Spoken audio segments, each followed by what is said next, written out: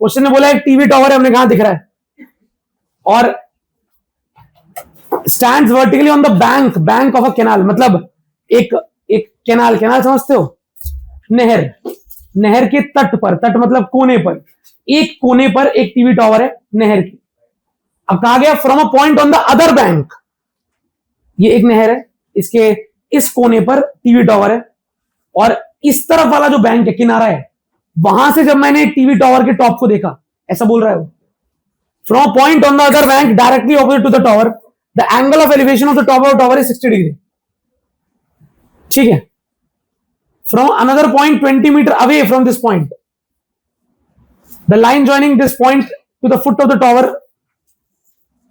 The angle of elevation was 30 degree. ठीक है, इस पूरे को अंग्रेजी में समझ लेते हैं, सारे यहां ध्यान से देखना बच्चों।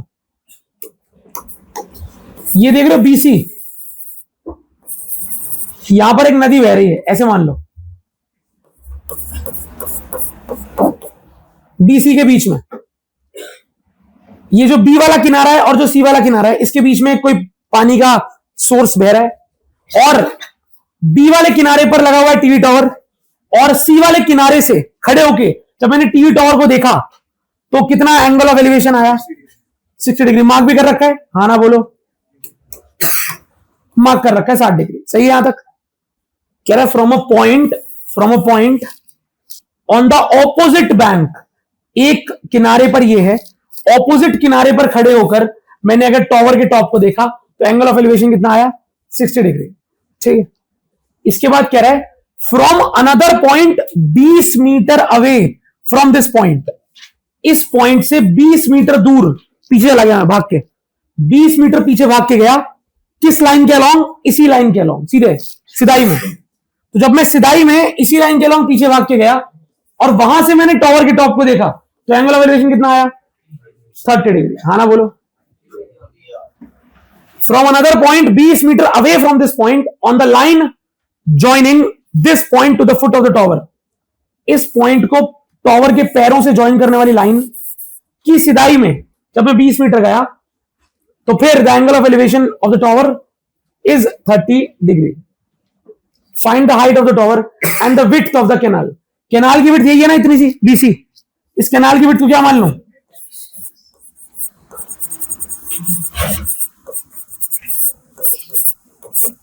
x मान लिया, और हाइट ऑफ द टावर को क्या मान लेते हैं, h। श्योर, इसे h मान लिया। अभी बताओ, अब तो आपको दो ट्रायंगल दिख रहे होंगे, दो ट्रायंगल दिख रहे हैं, सबको दिख रहे हैं। तो एक ट्रायंगल है छोटा वाला, एंगल कितना, और एक ट्रायंगल बड़ा वाला, एंगल कितना, सही है। तो मुझे बताना जरा, tan 60 छोटा ट्रायंगल ये वाला, tan 60 is equal to perpendicular by base, perpendicular और बेस। तो मार्किंग करने के बाद मेरे लिए नॉर्मल एओटी का क्वेश्चन बन चुका है। अब मुझे दो ट्रायंगल दिख रहे हैं, tan थीटा लगाऊंगा, इक्वेशन बनाऊंगा, सॉल्व करके आंसर निकालेंगे। tan 60 h by x, done. अरे बोलो। दूसरा tan 30, tan 30 क्या हो जाएगा, परपेंडिकुलर बाय बेस, परपेंडिकुलर कितना है अनुभव, और बेस हो जाएगा 20 प्लस पूरा बेस है ना, तो इस ट्रायंगल के लिए बेस पूरा है, तो परपेंडिकुलर बाय h बाय, सही है, श्योर। अब दोनों इक्वेशन को अलग अलग सॉल्व करते हैं। tan 60 क्या होता है, √3 equal to h by x को यहां ले जाओ, h की वैल्यू क्या आ जाएगी, x इंटू √3। इक्वेशन नंबर आया कि नहीं आया, यहां तक क्लियर है। मैं x को उधर ले गया, x को उधर मल्टीप्लाई कर दिया, तो tan 60 की वैल्यू √3, h बाय x था, x वहां चला गया मल्टीप्लाई में, x √3 is equal to h, h की वैल्यू आ गई, बाद में यूज करूंगा। tan 30 1 by is equal to h upon 20 plus, सही है, cross multiply 20 plus x into 1 is equal to h into, आ रहा है नहीं आ रहा, श्योर हो, अच्छा। क्या आपको लगता है h की वैल्यू निकाल के पुट कर दूं यहां पे? h की वैल्यू क्या है? पुट कर दूं तो बताओ मुझे क्या बन जाएगा? 20 plus x is equal to, h की वैल्यू थी √3x इंटू, समझ रहे हो? मैंने यहां पर h की जगह क्या पुट कर दिया? √3x, और बाहर √3 था ही। अब मिस रिद्धिमा मुझे बताइए, यहां लिखा है 20 प्लस एक्स, तो मैंने भी लिख दिया 20 प्लस एक्स, इक्वल टू में लिखा है √3x इंटू √3, √3 इंटू √3 3 हो जाएगा, और x तो x रहेगा। अब इस x को उधर ले जाओ,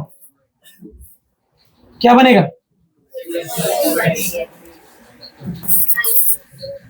20 इज इक्वल टू 3x में से x गए, 2 से काटो 20 को, x आ जाएगा 10 मीटर। x आ गया 10, हाँ, और x क्या था? कैनाल की विड्थ। तो उत्तर के रूप में लिख दिया मैंने यहां पर, पेपर में जैसे लिखना होता है, width of canal is 10 metre. इसके नंबर मिल गए भाई। और क्या पूछा है? हाइट ऑफ, जब बालक x आ चुका है, क्या आ चुका है? इक्वेशन 1 में पुट कर दूं, from equation 1 h is equal to x √3, x की वैल्यू क्या आई है? तो हाइट आ गया 10 √3, और लास्ट लिख दूंगा height of cable tower is 10 √3 metre. सही है?